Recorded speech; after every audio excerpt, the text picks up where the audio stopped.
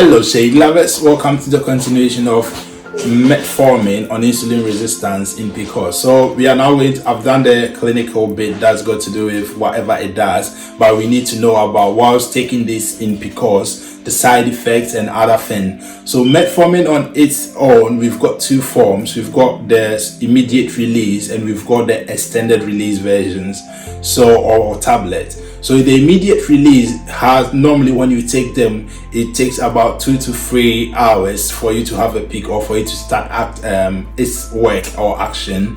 But normally the duration it stays within your system is between 6 to 8 hours in a day. So that's how come the immediate release patients end up or are being instructed to take it 2 to 3 times in a day.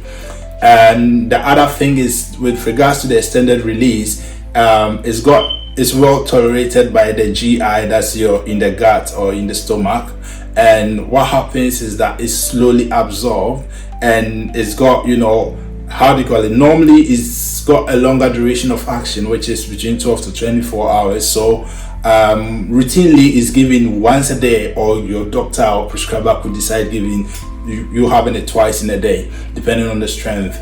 Now let's go on to the side effects of metformin. Metformin as medication has got side effects such as you having nausea, you feeling abdominal bloat, you feel bloated, so abdominal bloating, you end up having reduced appetite, you have metallic taste, and this weight loss, mild weight loss that people experience. That notwithstanding, metformin, when taken on a longer period, could cause patient experiencing what we call vitamin B deficiency, B12 deficiency, because in its mechanism affects B12 levels. That's how I say it in the layman terms. This is very prominent in the elderly or in patients that are vegetarian, that do not eat or consume any more product.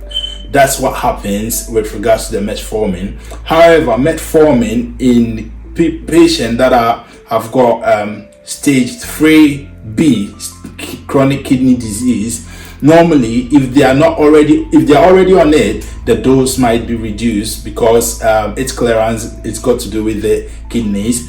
But patients, they either reduce or they don't start it at all. I'm going to continue this in the next video. Thank you, shade lovers. Hello shade lovers, welcome to the final part on metformin in kidney disease, in PCOS management. So sorry about that. So with regards to the metformin, normally is given between, they titrate the dose upwards between 1000 to 2005 to 2000 milligram a day, but that is based on your doctor's or your clinician's discretion. Metformin it could be used in combination therapy in PCOS management. This is because it helps give a better outcome or results. So some of these combination therapies could be that lifestyle modification, that's doing resistance training and all that really helps a lot. The other thing could be some supplements such as inositol supplement. I'll be speaking about that after metformin. And also the next combination could be fertility management medications such as letrozole and clomiphene. All of these could be considered whilst considering spironolactone for hirsutism and all that. But with that one, which spironolactone wouldn't be advisable in a patient that is trying to conceive or you have a baby. So that's got to do with the combination therapy.